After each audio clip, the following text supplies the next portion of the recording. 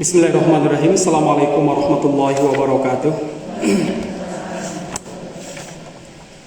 Innal hamdalillah nahmaduhu wa nasta'inuhu wa nastaghfiruhu wa nastahdihi wa na'udzu billahi min syururi anfusina wa min sayyiati a'malina may yahdihillahu fahuwal muhtad wa may yudlilhu fala hadiyalah. Asyhadu an la ilaha illallah wa asyhadu anna Muhammadan abduhu wa rasuluh. Allahumma shalli wa sallim ala nabiyyina Muhammadin wa ala alihi wa ashabihi wa mawalah. Rabbi israh li sadri wa yassir li amri wahlul 'uqdatam min lisani yafqahu qawli. Allahumma anfa'na bima 'allamtana wa 'allimna ma yanfa'una wa zidna ilman wa ba'd. Para ummahat wal akhwat yang mudah-mudahan dirahmati Allah Subhanahu wa taala. Alhamdulillah, pujian yang sempurna hanya milik Allah Subhanahu wa taala, Rabb kita, Tuhan kita yang telah menciptakan kita dengan segala kesempurnaan yang kita miliki. Dialah Allah Subhanahu wa taala yang menciptakan kita untuk beribadah kepadanya dan membekali kita dengan berbagai macam bekal. Di tubuh kita banyak sekali bekal-bekal yang Allah Subhanahu wa taala berikan kepada kita. Makanya Allah Subhanahu wa taala mengingatkan kepada kita untuk mentadaburi, untuk menghayati serta melihat bagaimana proses penciptaan serta anatomi tubuh kita. Karena kita adalah manusia yang sangat sempurna. Kita adalah makhluk yang sempurna, maksud saya, dibandingkan dengan makhluk-makhluk yang lainnya. Makanya Allah Subhanahu wa taala berfirman, "Wa fi anfusikum afala tubsirun?" Pada diri kalian tidakkah kalian memikirkan? Pada diri kalian tidakkah kalian itu memperhatikan? Makanya jemaah sekalian yang mudah-mudahan dirahmati Allah Subhanahu wa taala, kita senantiasa bersyukur kepada Allah karena kita diberi nikmat iman, diberi nikmat Islam yang dengannya kita bisa berjumpa, dengannya kita bisa saling menghargai, mencintai, dan kelak di hari kiamat iman dan Islam insyaallah akan mempertemukan kita di surga Nabi kita Muhammad sallallahu alaihi wasallam bersama dengan Nabi kita Muhammad sallallahu alaihi wasallam, yaitu di surga Firdaus. Salawat dan salam mudah-mudahan tercurahkan kepada Nabi kita Muhammad sallallahu alaihi wasallam, kepada keluarga beliau, sahabat beliau, dan siapa saja yang istiqomah di atas petunjuk Nabi kita Muhammad sallallahu alaihi wasallam. Kita senantiasa berdoa kepada Allah, mudah-mudahan kita termasuk mereka yang diberi kemampuan untuk bisa istiqomah menapaki petunjuk Nabi kita Muhammad sallallahu alaihi wasallam. Para umat sekalian, ini kondisi yang luar biasa. Banyak sekali di antara kita yang sakit. Mungkin di antara ibu-ibu juga ada yang kesehatannya berkurang. Harapan kita dijaga kesehatannya, karena nikmat sehat ini, kata para ulama, nikmat terbesar setelah nikmat yang bernama iman dan husnul fahmi. Yaitu setelah kita paham Islam dengan baik, nikmat yang paling besar adalah nikmat sehat. Nikmat sehat ini makanya Rasulullah SAW pernah bersabda, "Ma'atallahu abdan", Allah tidak pernah memberikan seorang hamba afdol, nikmat yang lebih utama, ba'dal yakin, setelah nikmat keyakinan, setelah nikmat pemahaman, setelah nikmat agama, melebihi nikmat al-afiyah, yaitu kesehatan. Dalam sebuah riwayat Rasul juga pernah bersabda, afdalud doa, di antara doa yang utama, doa yang sangat dicintai oleh Allah Subhanahu wa taala adalah doa yang berbunyi, Allahumma inni as'alukal mu'afata fid dunya wal akhirah. Ya Allah, aku meminta kepadamu al-mu'afah. Al-mu'afah artinya kesehatan, keselamatan di dunia maupun di akhirat. Ternyata jamaah sekalian, kesehatan ini nikmat yang luar biasa. Oleh karena itu, mari kita jaga baik-baik. Kemudian, saudara sekalian, selanjutnya di kesempatan kali ini kita akan berbicara terkait masalah Darul Arqam, yaitu sebuah rumah yang dijadikan oleh Nabi Muhammad SAW sebagai tempat untuk mendidik dan menterbiah para sahabatnya. Namanya rumah Al-Arqam bin Abil Arqam.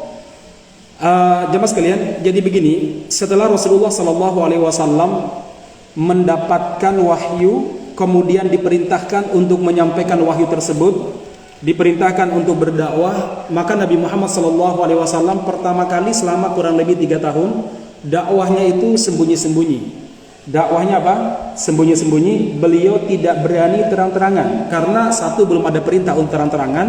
Yang kedua, secara hikmah dan kebijaksanaan memang beliau harus dakwah sembunyi-sembunyi karena materi yang beliau sampaikan, akidah yang beliau bawa itu bertentangan 180 derajat dengan apa yang dibawa oleh dan diyakini oleh orang-orang musyrik pada saat itu.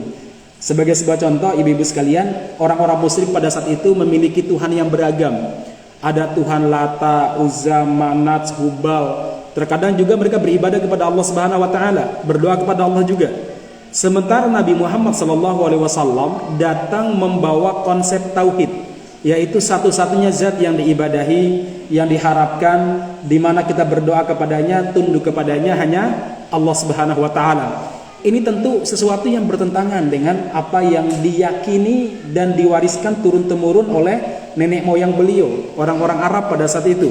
Makanya beliau memilih untuk dakwah sembunyi-sembunyi. Sebagai sebuah contoh lagi jamaah sekalian, orang-orang Arab pada saat itu terbiasa kalau tawaf itu menyebutkan semua nama Tuhannya. Labbaik Allahumma labbaik, labbaik ya Uzza laka labbaik, labbaik ya Manat laka labbaik.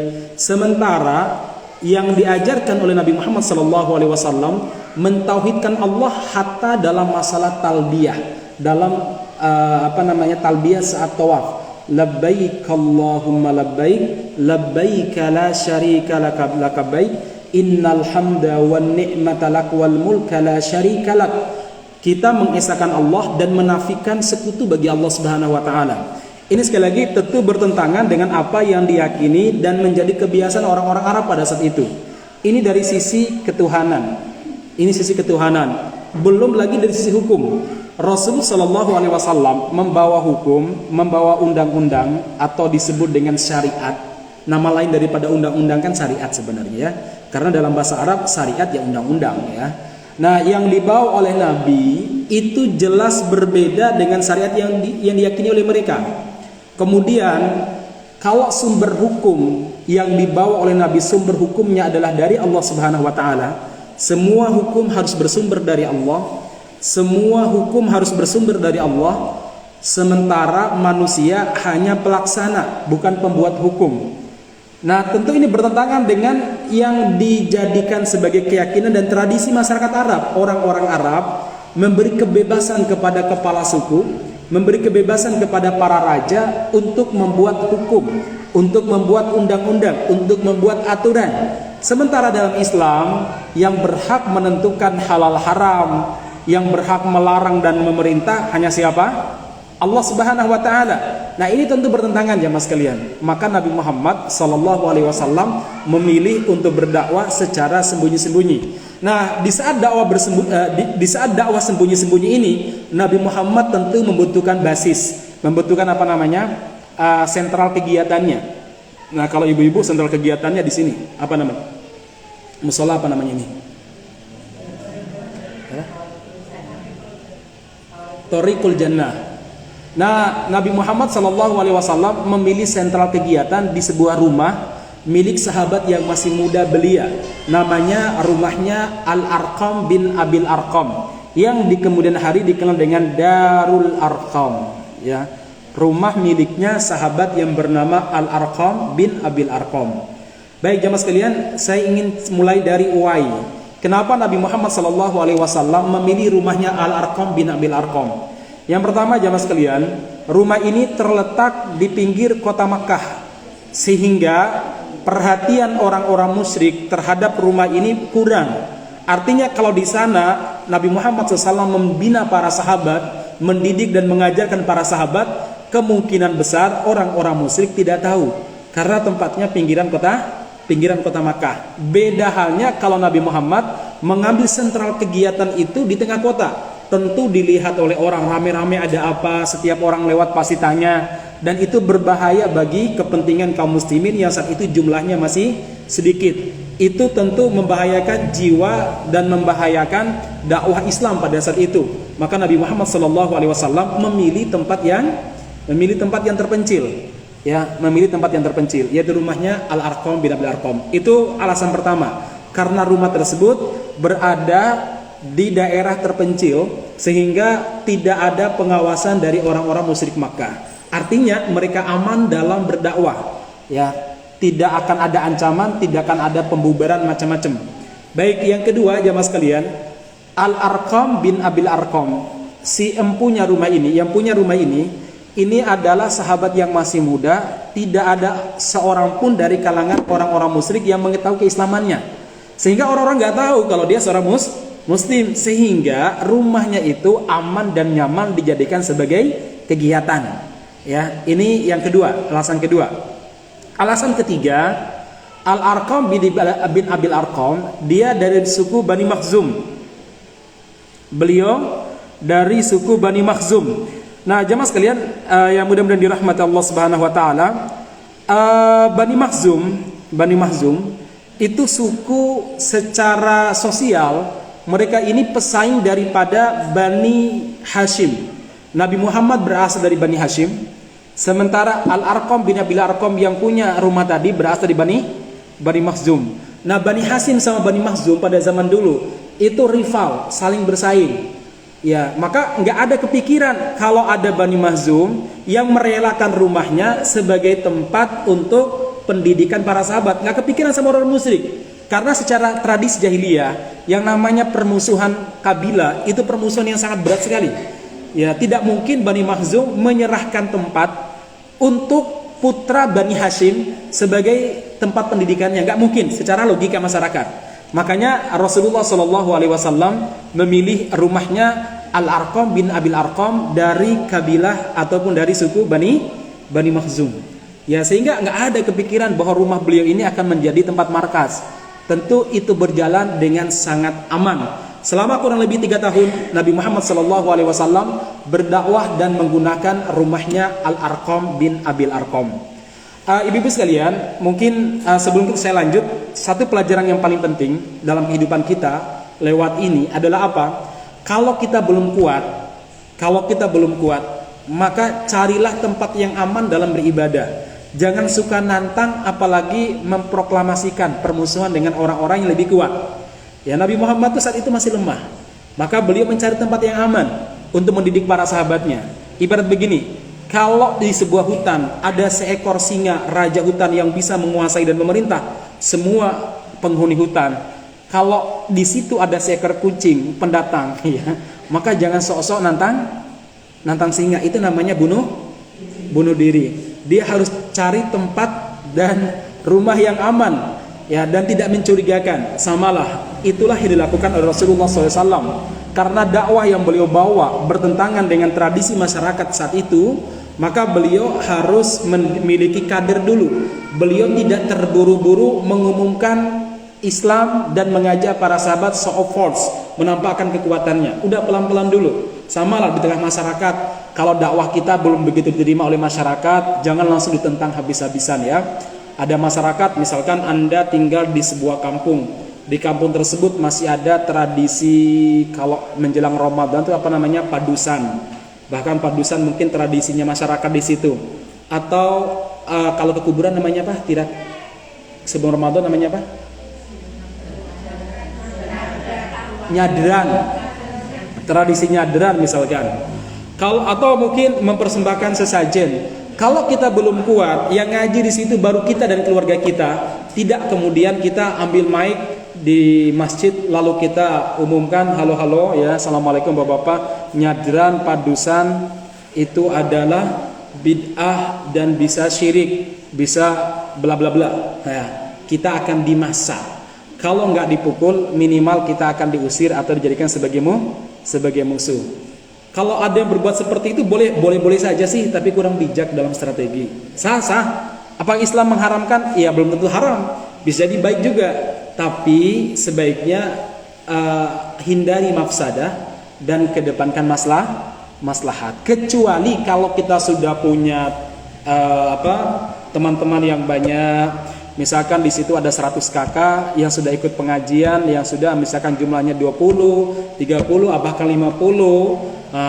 Saat itulah baru kita menjelaskan dengan sejelas-jelasnya tradisi yang salah. Kenapa? Karena jumlah kita udah 100 kakak, 50 kakak misalkan. Kalau kita diam saja, dengan mengatasnamakan hati-hati, itu bukan hati-hati tapi takut itu namanya. Ya, nggak benar kalau sudah seperti itu ya. Ya, kalau hati-hati cuma 1, 2 kakak itu baru hati-hati. Tapi kalau jumlah udah 20, 30, 100 ya, maka ini bukan lagi hati-hati tapi apa? Takut ya. Dan ini takut yang nggak dibenarkan. Sampaikan dengan bahasa yang sopan. Dengan bahasa yang sopan, jangan sebagaimana bahasanya dalang yang kemarin menjelek-jelekan Ustadz Khalid ya. Itu bahasa kasarnya luar biasa itu ya. Baik, teman-teman sekalian yang mudah-mudahan dirahmati Allah Subhanahu Wa Taala, itu pelajaran pertama yang bisa kita ambil dari rumahnya Al-Arqam bin Abil Arqam. Baik, kemudian saudara sekalian yang mudah-mudahan dirahmati Allah Subhanahu Wa Taala, pelajaran yang kedua dilihat dari bagaimana kecerdasan Nabi memilih rumahnya Al-Arqam bin Abil Arqam sebagai tempat sentral dakwah. Itu menunjukkan bahwa Nabi Muhammad ini orang yang berdakwah bukan asal-asalan, tapi by design, by strategi, dipikirkan betul dengan matang, kira-kira setiap langkah itu menghasilkan apa, efeknya apa, ya konsekuensinya apa, dipikirkan betul oleh Nabi Muhammad SAW. Maka jamaah sekalian, kalau kita punya masalah atau punya suatu misi dan visi, harus dipikirkan matang-matang dampak daripada apa yang kita lakukan. Nabi Muhammad SAW menyebutkan orang yang tergesa-gesa baik dalam berbuat atau membuat strategi tanpa memikirkan dampaknya, itu adalah orang yang telah terkena tipu daya setan. Beliau pernah mengatakan al-ajalatu minasyaiton. Tergesa-gesa itu termasuk perbuatan setan. Kecuali 3 perkara yang tidak boleh diundur-undur, ya perlu disegerakan. Tapi bukan tergesa-gesa ya, disegerakan, rodok tergesa-gesa, sedikit tergesa-gesa. Apa itu? 1, menguburkan mayit.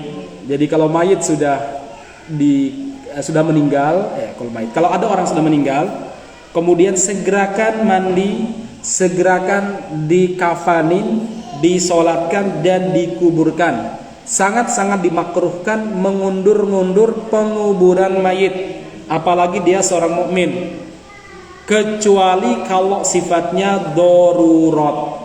Contoh daruratnya adalah apa? Daruratnya misalkan dia kena penyakit tertentu sehingga membutuhkan perawatan medis, membutuhkan alat-alat yang cukup aman untuk bisa memandikannya dan lain sebagainya, bolehlah. Tapi kalau alasannya karena anaknya belum datang, keluarganya belum datang, ini dimakruhkan, ya, dimakruhkan. Misalkan meninggalnya pagi ini, anaknya baru dapat pesawat besok pagi, misalkan ya, maka itu tidak diperbolehkan. Wah, nanti tunggu dulu sampai besok siang ya. Nah, jangan diundur-undur. Kalau seandainya kita sudah memandikannya, menyolatkannya, segera dikuburkan. Nah, bagaimana dengan anaknya dan lain sebagainya? Ya salah sendiri kenapa bapaknya ketika sakit nggak datang gitu ya. Oh, matinya tiba-tiba misalkan karena tabrakan, ya sudah, dia harus mengikhlaskan biar bapaknya tersebut melaksanakan sunnah, itu apa? Dikuburkan. Nah, nanti gimana dia? Ya udah, sholatkan di atas kuburan bapaknya.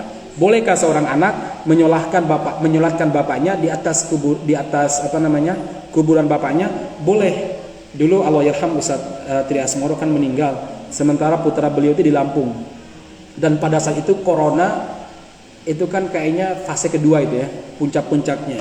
Nah, putra beliau ini nggak bisa naik pesawat, akhirnya terpaksa dari dari Lampung sana naik bawa mobil, udah kencang banget. Ya karena harus dikuburkan sebelum Jumatan, kan beliau meninggalnya Jumat malam ya. Itu malam Jumat maksud saya. Harus segera, maka pada saat itu ya udah dikuburkan dan beliau baru datang setelah abinya dikuburkan, ya udah disolatkan di atas kuburannya. Jadi jemaah sekalian, itu yang pertama. Yang kedua, yang tidak boleh diundur-undur adalah apa? Menikahkan laki dan perempuan yang betul-betul sudah berjodoh. Jadi ibu-ibu kalau seandainya punya putri dilamar, jangan ditunda-tunda. Iki corona piye iki, nanti nggak bisa pesta macam, terus nikahkan dulu. Ya pestanya engkau nggak apa-apa ya. Kenapa? Nanti akan terjadi berbagai macam mafsadah. Ya. Yang berikutnya apa lagi yang nggak boleh diundur? Bayar hutang.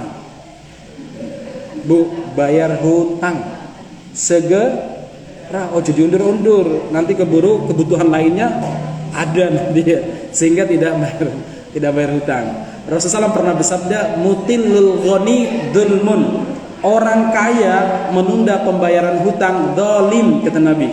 Orang kaya menunda pembayaran hutang zalim. Makanya begitu kita punya uang, prioritas pertama adalah membayar hutang. Jangan ditulis di nomor ke-10. Prioritas pertama dapur, oke lah. Prioritas kedua sekolah anak, oke lah. Berikutnya masalah urusan rumah seperti kebutuhan rumah tangga dan listrik, oke lah.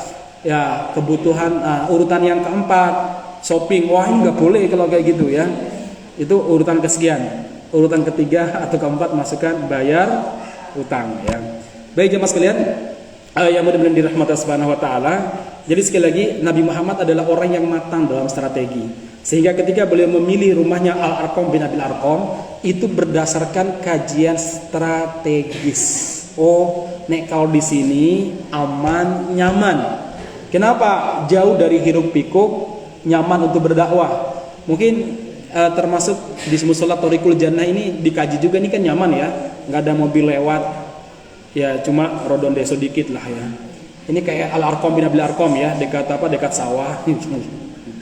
Jadi itu ya cara Nabi. Pokoknya Nabi Muhammad kalau berdakwah dikaji betul. Ini saya lagi berbicara dengan siapa, saya ngisi di mana, komunikasinya bagaimana, itu penting. Baik, sekarang kita masuk pada apa yang dilakukan oleh Nabi Muhammad SAW di rumahnya Al-Arqam bin Abil Arqam. Yang beliau lakukan adalah tarbiyah, yaitu apa? Pendidikan, bukan sekedar mengajar, mendidik para sahabat agar mereka siap menjadi kader-kader militan, siap menjadi generasi tangguh yang akan membawa beban dakwah ini, yang akan membawa beban jihad, beban Islam ini, supaya mereka betul-betul siap dengan segala risikonya. Dididik oleh Nabi di situ, ya.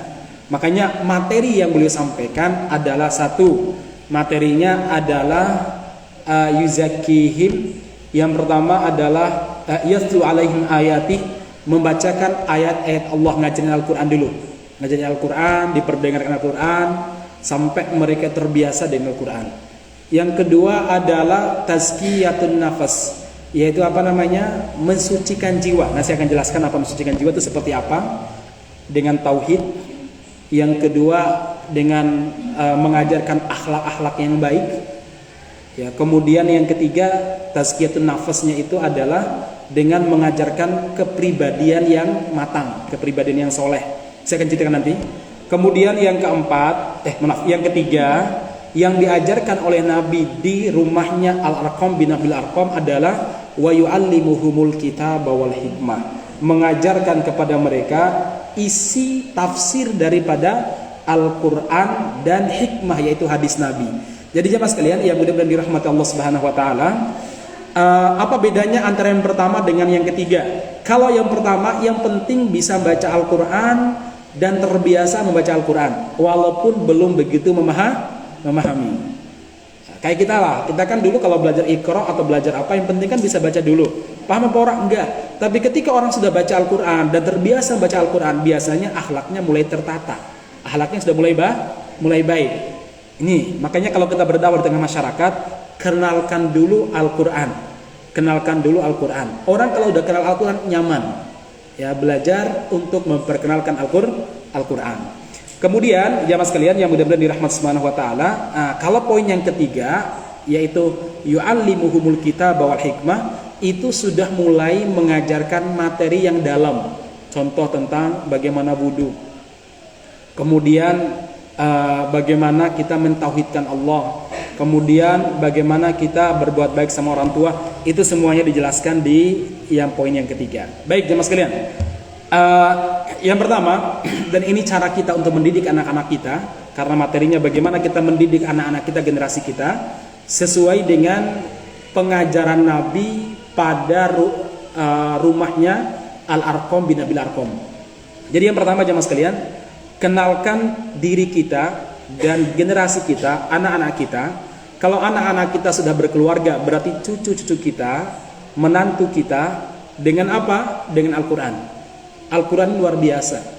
Ya, ajarkan dan buat mereka cinta dengan Al-Quran.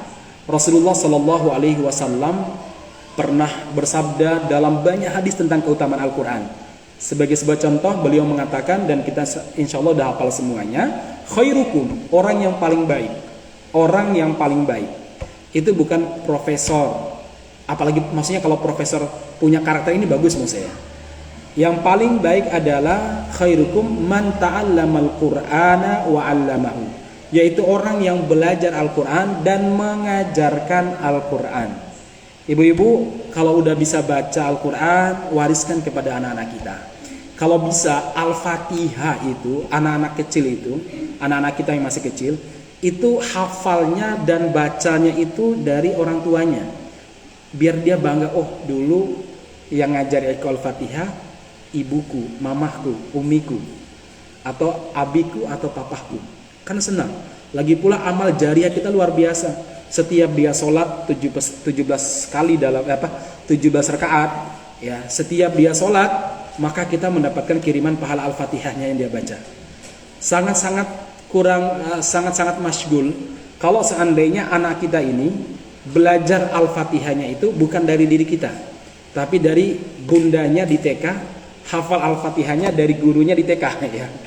Ya kan gak enak sebenarnya. Ya nggak apa-apa, sebenarnya nggak apa-apa sih, tapi kalau lebih baik lagi jika Al-Fatihah tersebut yang mengajarkan, yang membenarkan bacaannya adalah ibunya, bapaknya. Itu menjadi sebuah kebanggaan yang paling besar, yang paling luar biasa setelah dia dewasa nanti. Saya rasa mungkin ibu-ibu punya pengalaman yang menarik dengan orang tuanya dulu dan sekarang masih teringat. Ya, saya juga kadang kalau teringat orang tua tuh netes air mata. Ya, pengalaman pergi ke sawah bareng-bareng, ngaji bareng-bareng misalkan ya. Habis maghrib, ibu saya sudah memerintahkan kita untuk ngaji, duduk bersama, ngaji bersama. Terkadang kita disuruh ke kiai untuk ngaji, diantar malam hari misalkan ya. Habis maghrib diantar dengan apa? Pakai obor. Maklum dulu belum ada apa namanya, kalau nggak obor, kalau nggak senter, belum ada listrik di rumah saya dulu ya, di daerah Nusa Tenggara Barat. Jadi dibawa sambil bawa apa? Ibu biasanya sambil bawa pisang atau sambil bawa kelapa buat dikasihkan kepada kiai. Nah, kemudian kadang nunggu kita ngaji di situ, nunggu sampai jam 9, nanti ibu itu kemudian antar kita pulang lagi. Masya Allah, itu ingatan yang luar biasa, membuat kita jauh dari orang tua itu menangis. Oh Masya Allah, ternyata kita punya kenangan indah dengan orang tua kita. Nah, artinya begini jamaah sekalian, kita sebagai orang tua harus memperbanyak kenangan indah dengan anak-anak kita, supaya ketika mereka nanti udah besar, apalagi mereka jauh dari kita, mereka kangen ibu, mereka kangen orang tuanya. Jangan sampai yang dikangenin adalah tetangganya, ya, yang ngajarin Al-Quran, ya, bukan ibunya. Atau yang dikangenin siapa bundanya atau guru TPA-nya misalkan ya. Nah, bagaimana orang tua anak-anak kita ini kangennya sama kita. Makanya sejak mereka kecil, buatlah banyak-banyak kenangan yang manis bersama dengan mereka. Dan tidak ada kenangan yang lebih manis daripada kenangan belajar. Ya, tidak ada yang lebih manis daripada kenangan belajar. Nah, jemaah sekalian yang mudah-mudahan dirahmati Subhanahu wa taala, ini satu hal ya.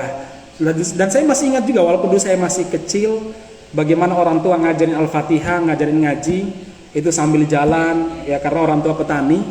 Itu biasanya naik kuda atau lagi ke gunung ya. Di jalan tuh sambil hafalan ya.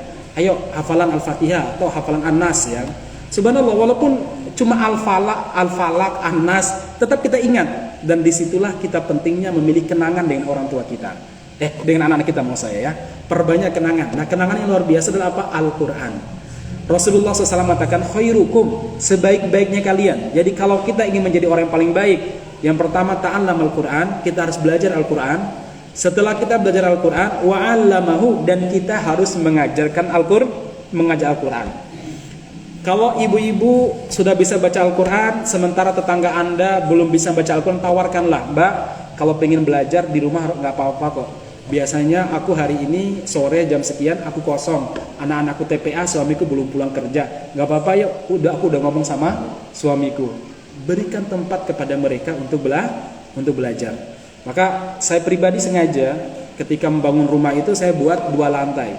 Awalnya orang-orang nanya, "Set, buat apa 2 lantai? Ya toh udah besar ini ya." Saya bilang, itu harapan saya, di atas nanti kalau ada ibu-ibu di sekitar kampung belum bisa baca Al-Quran, saya minta istri saya atau saya akan undang orang supaya ngaji di situ gini ya. Jadi kita tuh ada niatan sejak kita itu merencanakan sesuatu, niatkan dengan Al-Quran, ya, kaitkan dengan Al-Quran. Nah, ma'asyiral muslimin, termasuk ini kan lagi bangun masjid saya nih di daerah dekat beliau mungkin ya, daerah apa namanya Sidan, lagi bangun masjid, ngejar nih Ramadan. Siapa tahu di antara ibu-ibu nih ada yang mau bantu juga nih, ngejar Ramadan supaya bisa buat taraweh. Karena jauh dari rumah saya yang baru itu jauh banget masjidnya, apalagi kalau subuh, wah sepi banget ya. Kadang saya sendirian berangkat ke masjid itu. Nah, kita kejar Ramadan ini, mudah-mudahan segera selesai. Itu kemarin udah ngomong-ngomong dengan teman-teman yang bangun. Nanti kalau udah kalau udah jadi, pokoknya kita cari guru TPA. Kalau perlu kita gaji supaya TPA-nya betul-betul baik dan inilah ada nilainya lah ya. Siap ya.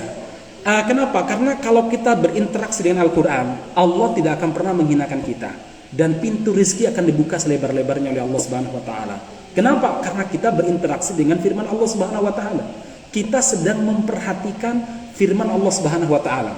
Ibarat kita begini, Bibi sekalian. Anda punya anak, Anda nasihati anak Anda. Dia terus mendengarkan nasihat Anda, atau Anda punya murid, dia Anda nasihati, dia mengikuti, dia sering ingat-ingat, oh dulu ibuku pernah ngomong begini, oh dulu guruku pernah ngomong begini.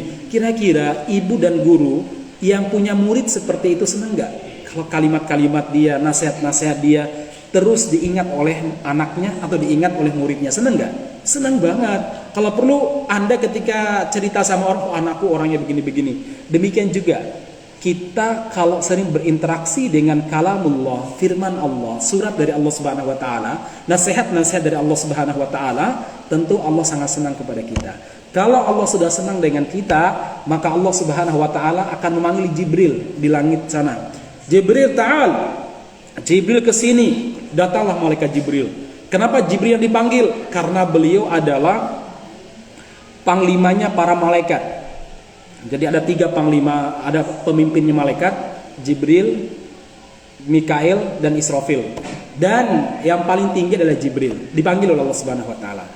Kemudian Jibril pun menemui Allah Subhanahu Wa Taala di langit sana, di Lauhul Mahfuz. Kemudian Allah Subhanahu Wa Taala akan mengatakan, ya Jibril, sesungguhnya aku mencintai si fulan. Apalagi dia membaca Al-Quran, mengajar Al-Quran, dan memberi fasilitas kepada orang untuk belajar Al-Quran. Aku mencintai si fulan, fahibbah, kamu harus mencintainya. Wa'adzin fil malaikah, wa'adzin fis samawat, dan umumkan di hadapan para penduduk langit bahwa aku mencintai si fulana, ibu fulana, yang memberikan atau memperhatikan ayat-ayatku, dan wajibkan kepada mereka untuk mencintai fulana. Masya Allah.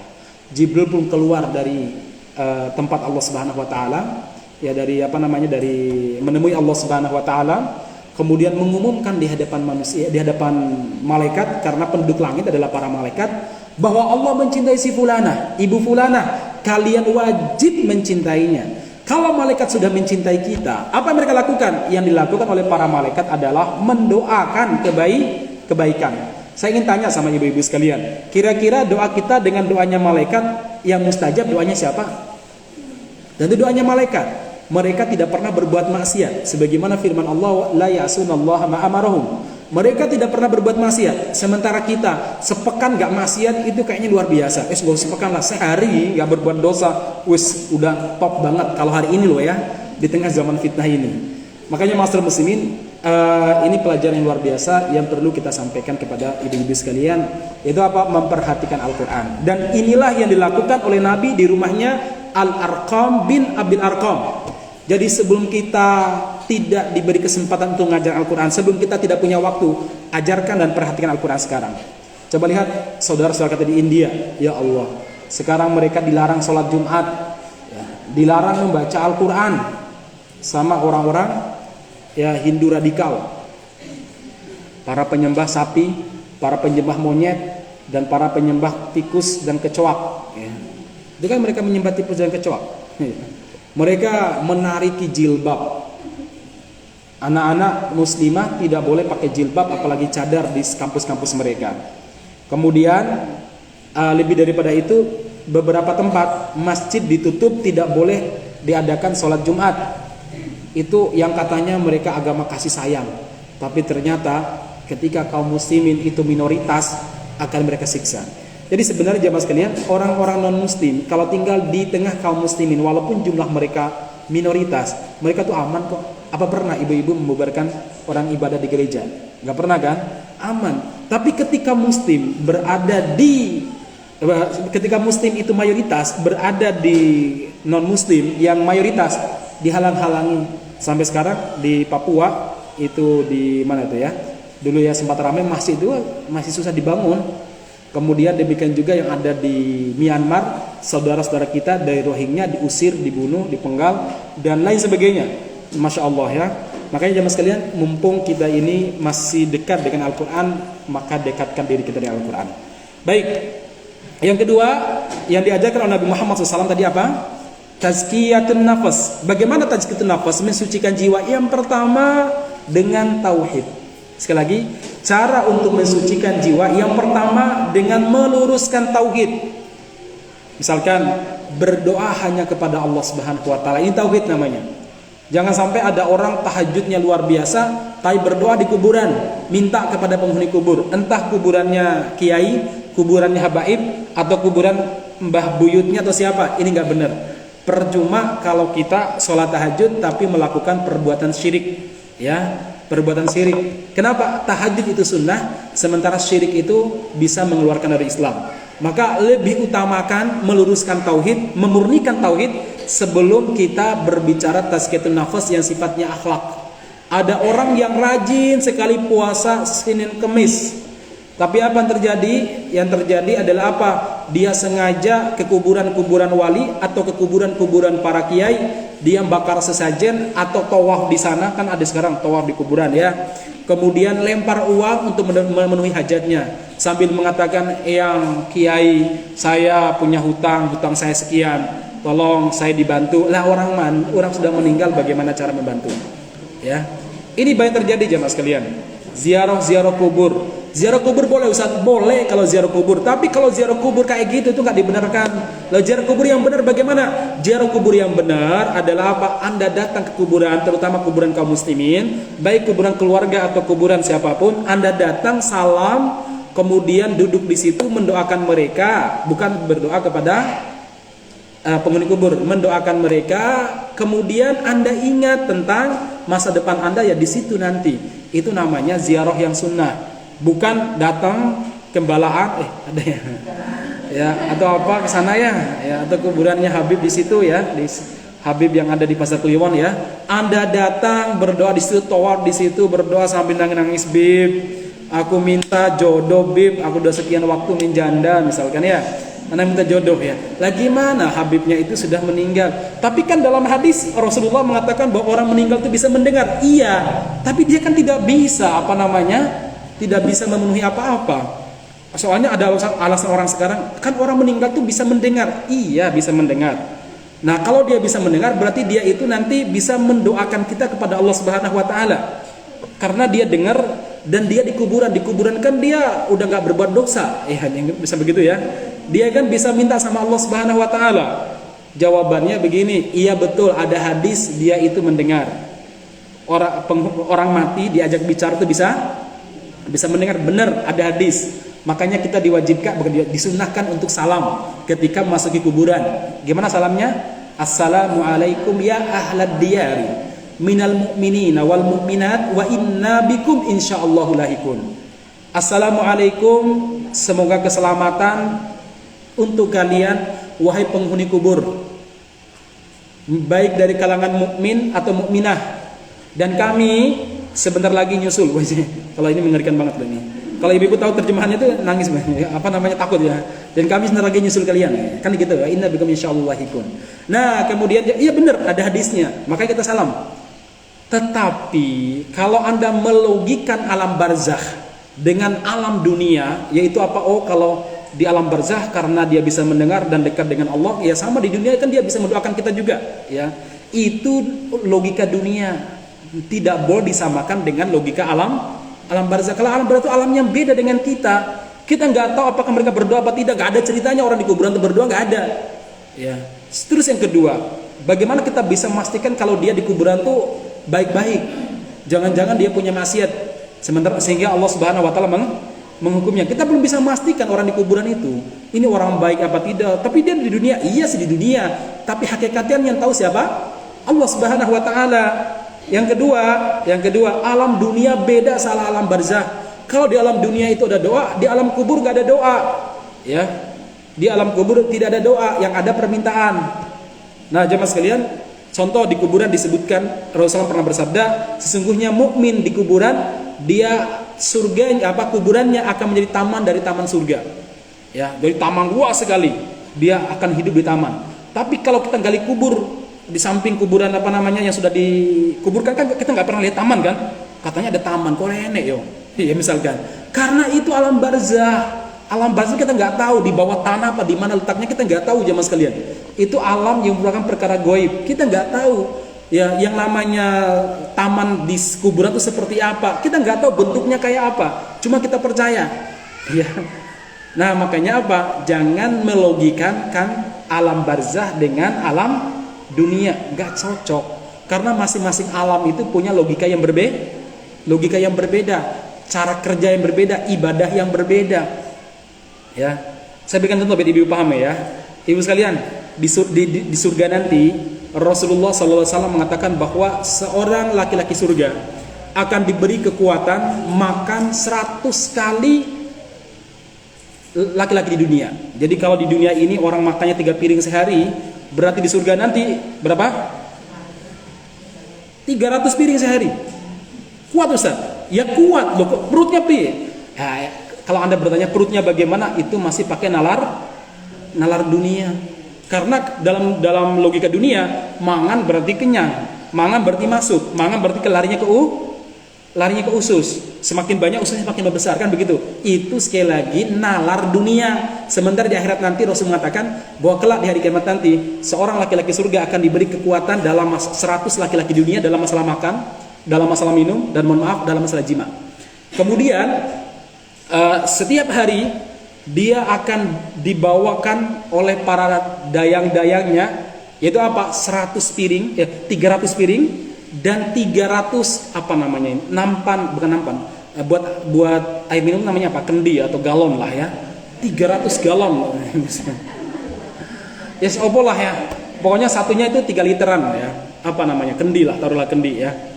Dia akan dibawakan, dia akan makan dari piring pertama sampai piring ke-300. Ini hadis lah ngomong ya. Hadisnya benar nih, hadis ini. Dari piring pertama sampai piring ke-300 dan nikmatnya sama semuanya. Kuat, ya kuat. Beda sama kita, ibu-ibu lagi lapar. Kemudian ada sambal tumpeng atau ada sate ayam, Anda makan. Habis itu tiba-tiba suami Anda datang, "Dek, tak bawakan gulai kambing, kemudian nasi padang beserta dengan rendangnya, tak bawakan ini." Kira-kira kalau Anda makan sudah kenyang 1 piring, makan piring kedua enak gak? Udah gak enak. Itu dunia Bu. Ya di akhirat nanti enggak. Dari piring pertama sampai piring ke-300 nikmatnya sama. Dan dia akan minum dari 1 bejana yang pertama sampai bejana ke-300 dia habiskan, nikmatnya sama. Beda dengan kita. Kalau kita haus, kita minum krok-krok 1 gelas. Haus lagi, tambah lagi 1 gelas, sampai mungkin 2 gelas kita minum. Lalu ada orang hidangkan susu misalkan, udah enak nggak? Udah nggak enak. Masih enak? Udah nggak enak. Ya, kenapa? Karena beda. Itu dunia jemaah sekalian. Itu dunia. Makanya di akhirat nanti beda logikanya.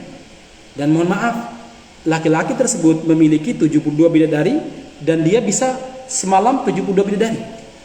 Apa orang boyokan Ustaz? Itu nalar dunia. Makanya jemaah sekalian, masing-masing alam itu beda nalarnya. Di akhirat ya beda dengan di alam barzah. Alam barzah beda dengan alam dunia. Baik jemaah sekalian. Jadi sekali lagi poin pertama, kalau kita bertanya bagaimana kita mensucikan jiwa kita, cara pertama adalah dengan mentauhidkan Allah, memurnikan tauhid. Nah, bagaimana dengan anak-anak kita pendidikannya? Begini Ibu sekalian. Hari ini kita jarang ngobrol dengan anak-anak dalam masalah agama. Terus terang, kadang kita ini agak kaku, konconnya apa? Rodo kurang marem kalau berbicara dengan anak-anak masalah urusan tauhid. Seringkali kita itu kalau ngobrol masalah sekolah, pilih ulangannya tadi. PH-nya apa enggak nilainya? Teman lu gimana? Enak-enak gak teman-teman di sekolah? Kita biasanya lebih lancar kalau ngobrol urusan belajar, urusan pakaian, urusan makan. Tapi kita jarang sekali mengobrolkan masalah tauhid. Sekali-kali obrol lah sama anak-anak. Tahu nggak itu matahari? Itu matahari yang menciptakan adalah Allah Subhanahu Wa Taala. Matahari itu adalah salah satu bintang yang paling panas di antara galaksi yang ada. Nah, kita punya galaksi namanya galaksi Bima Sakti. Masih ada galaksi-galaksi lainnya yang jumlahnya ribuan yang tak terhitung. Nah, galaksi Bima Sakti ini, itu terdiri dari beberapa planet dan terdiri dari beberapa bintang. Nah, bintang yang terdekat itu adalah matahari. Masih banyak bintang-bintang lainnya. Semua yang menciptakan Allah Subhanahu Wa Taala. Mau lihat deh, nih, lihatkan di YouTube. Kan ada kan di YouTube kan ya. Inilah galaksi Bima Sakti. Ini galaksi-galaksi lainnya yang belum ada namanya. Wah, Anda tahu? Ada tahu siapa yang menciptakan ini semuanya? Yang menciptakan ini semuanya dari siapa? Allah. Tuhan kita, Tuhan semua orang. Maka berbanggalah kita menjadi seorang muslim. Nah, kalau kita sering berdialog seperti itu nancep di kepala anak kita walaupun dia cuma dengar bingung ya. Galaksi itu opo ya. Itu baru kosakata yang masuk ke telinga dia. Tapi yakinlah 2 tahun, 3 tahun kemudian dia akan mengulangi apa yang kita pernah ucapkan sama dia setahun yang lalu dengan pemahaman yang benar. Terkadang begitu. Anak-anak tuh dengar. Anak-anak dikenal sebagai orang yang copy paste. Dia akan mendengar walaupun sambil main ya. Dia akan mendengar. Nanti suatu waktu dia akan berbicara sebagaimana yang kita bicarakan. Saya terkadang sengaja bawa anak kalau khutbah Jumat. Kalau di Bi aku mau khutbah di ya apa mau khutbah. Mau Jumatan di dekat rumah aja enggak ikut Abi. Ya, saya kadang ikut. Nanti ternyata dia perhatikan. Abi tadi ngomong apa namanya? Alam barzah. Barzah itu apa sih, Bi? Barzah tadi. Ternyata dia dengerin, walaupun mungkin yang diingat cuma satu, tapi sudah luar biasa itu ya. Nah, kita jelaskan, barzah itu begini, nah, kita jelaskan begitu. Jadi sekali lagi ibu-ibu sekalian, kita harus menciptakan suasana supaya dialog tentang ketuhanan, dialog tentang Allah Subhanahu Wa Taala, dialog tentang agama dengan anak-anak kita. Dan hari ini itu sesuatu yang tabu menurut sebagian kalangan.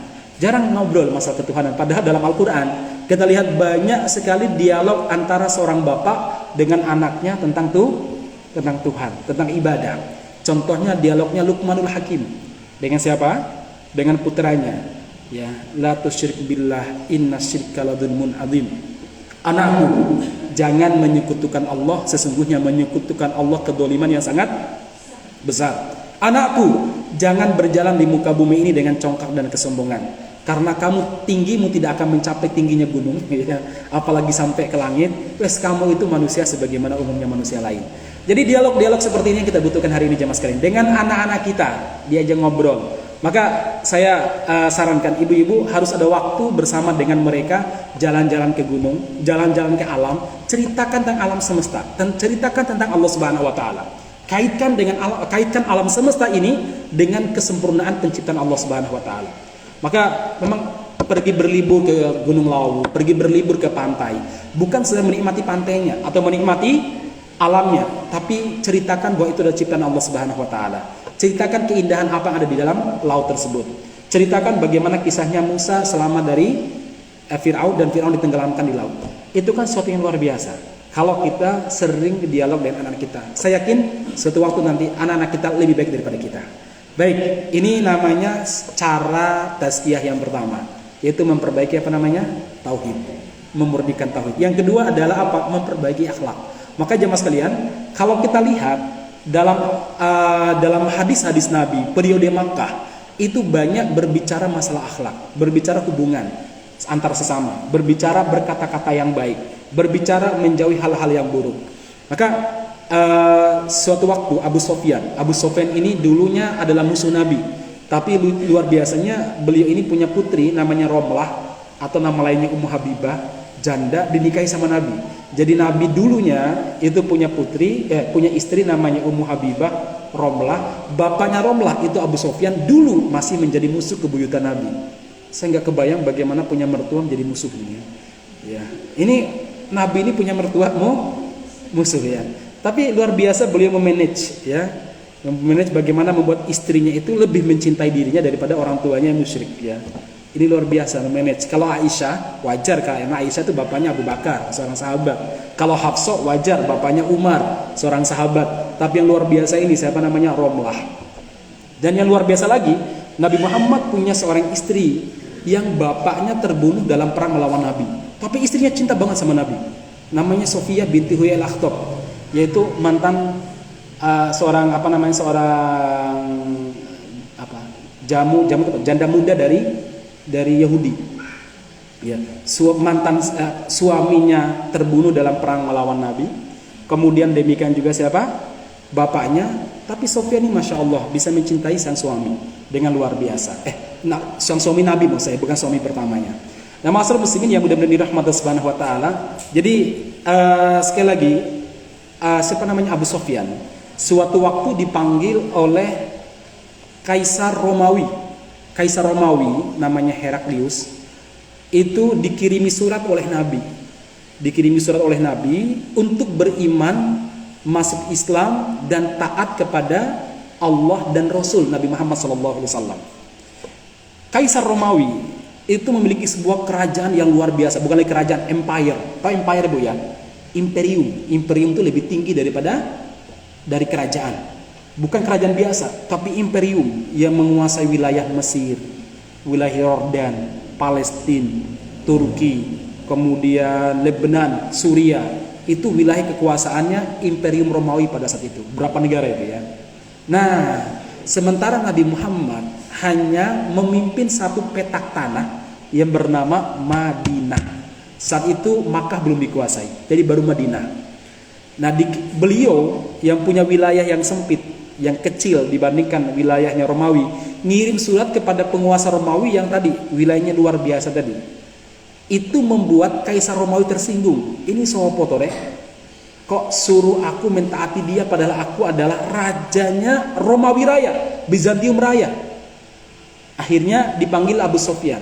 Dia ingin mengenal Nabi Muhammad yang mengirimi suratnya tadi. Lantas saat itu Abu Sofyan masih musyrik dan masih musuh kebuyutan Nabi. Saat itu Abu Sofyan ditanya, "Wahai Abu Sofyan, jawab dengan jujur, kalau kamu ketahuan berdusta, maka kalian tidak akan bisa lagi berdagang ke negeri saya, Romawi." Baik, ditanya, "Bagaimanakah hubungan kalian dengan Muhammad?" Apa jawaban Abu Sofyan? "Al-harb, kami berperang." Baik. "Bagaimana perang kalian terhadap dengan Muhammad?" "Sajjal, nanalu minhum wa yanalu minna." Perang sengit sekali, kadang kami yang menang, kadang dia yang menang. Baik, saya bertanya, apa yang diajak oleh Muhammad, keburukankah atau kebaikankah? Apa jawaban Abu Sufyan? Ini masih musuh ya, ini bukan rekayasa ya. Apa jawabannya? Bal khairat, justru kebaikan-kebaikan yang sangat banyak. Heran siapa namanya? Heraklius. Orang yang mengajak kebaikan, kalian perangi. Apa yang diajarkan? Ini fase Makkah. Maksudnya Abu Sofyan cerita tentang apa yang diajarkan oleh Nabi Muhammad di fase Makkah, terutama di rumahnya Al-Arqam bin Abil Arqam. Ya, walaupun peristiwa dialog ini setelah Nabi Muhammad hijrah ke Madinah. Paham ya?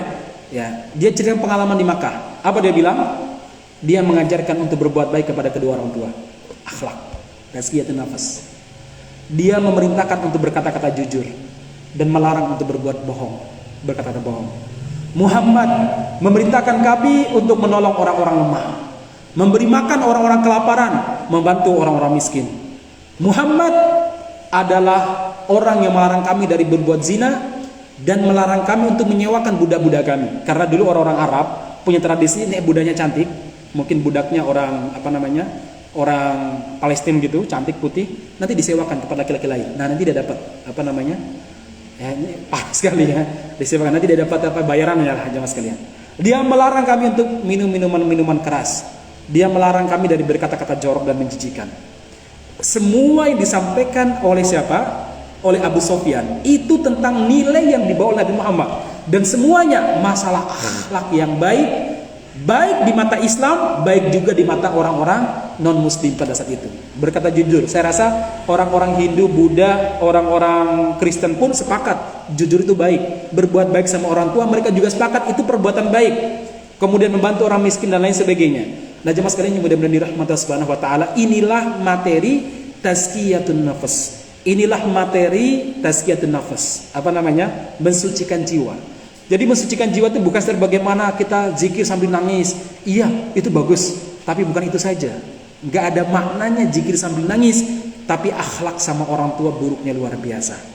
Tidak ada maknanya berdoa sambil menangis, tetapi Anda sama tetangga rusaknya luar biasa akhlaknya. Menyakiti tetangga, baik itu dengan kotoran kambing yang Anda pelihara, atau kotoran ayam ternak Anda yang kadang mampir di rumah tetangga.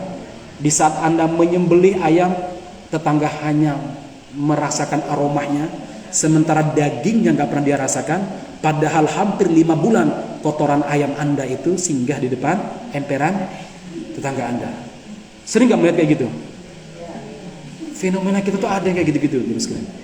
Kadang ada tetangga yang betul-betul janjan, nggak punya perasaan belas.